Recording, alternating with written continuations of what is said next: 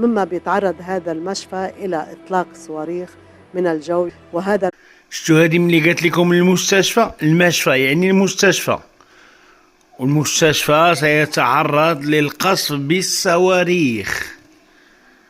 القصف بالصواريخ، ما قالش القصف صاروخي او بقصف من قذيفه، قلت لك بقصف من الصواريخ.